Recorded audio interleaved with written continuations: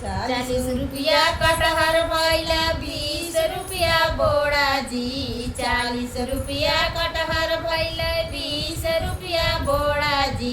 समधी आपन बहिन बेच 100 रुपया जोड़ा जी। समधी आपन बहिन बेच 100 रुपया जोड़ा जी। ₹40 कटहर भैला 20 रुपया बोड़ा जी। ₹40 कटहर भैला 20 रुपया बोड़ा जी। समधी आपन बहिन बेच 100 रुपया जोड़ा जी। समधी आपन बहिन बेच 100 रुपया जोड़ा जी। बेचत बेचत साज हो गईल तब बोना बिचाई जी। बेचत बेचत साज हो गईल तब बोना बिचाई जी। समधी कहाँ फ्री मिले जा बहिना मोर बुढ़ाई जी। समधी कहाँ फ्री मिले जा बहिना मोर बुढ़ाई जी। ₹40 कटहर भैले 20 रुपया बोड़ा जी। ₹40 कटहर भैले 20 रुपया बोड़ा जी। भसुरु आपन बहिन बेच 100 रुपया जोड़ा जी।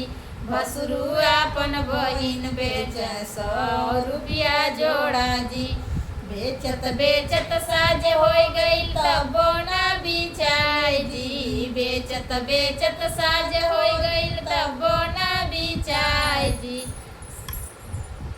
भसुरु आपन बहिना बेच 100 रुपया जोड़ा जी। भसुरु आपन बहिना बेच 100 रुपया जोड़ा जी। बेचत बेचत साज हो गई तब बोना बिचाई जी। बेचत बेचत साज हो गई तब बोना बेचाई जी। भसुरु कहाँ फ्री मिले जा बहिना मोर बुढ़ाई जी। भसुरु कहाँ फ्री मिले जा बहिना मोर बुढ़ाई जी। ₹40 कटहर भैले 20 रुपया बोड़ा जी। ₹40 कटहर भैले 20 रुपया बोड़ा जी। देवरू आपन बहिन बेच 100 रुपया जोड़ा जी। देवरू आपन बहिन बेच 100 रुपया जोड़ा जी। बेचत बेचत साज हो गई तब बोना बिचाई जी। बेचत बेचत साज हो गई तब बोना बिचाई जी। देवरू कहाँ फ्री मिले जा बहिना मोर बुढ़ाई जी। देवरू कहाँ फ्री मिले जा बहिना मोर बुढ़ाई जी। ₹40 कटहर भैला 20 रुपया बोड़ा जी। ₹40 कटहर भैला 20 रुपया जोड़ा जी। हलबर्ती हवाई आपन बहिन बेच 100 रुपया जोड़ा जी। बर्ती हवाई आपन बहिन बेच 100 रुपया जोड़ा जी।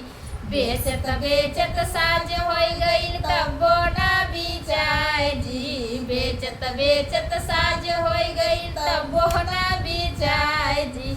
बतियावा कहाँ फ्री मिले जा बहिनी मोर छिनार जी।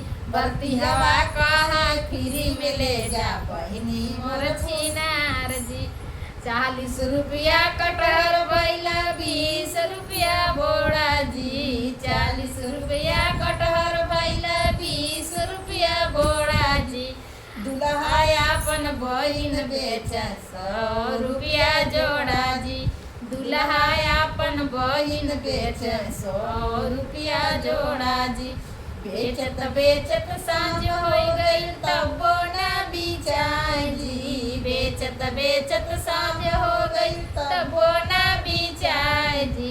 दुल्हा कहे फ्री मिले जा बहिना मोर बुढ़ाई जी। दुल्हा कहे फ्री मिले जा दीदिया मोर बुढ़ाई जी। दुल्हा कहे फ्री मिले जा दीदिया मोर बुढ़ाई।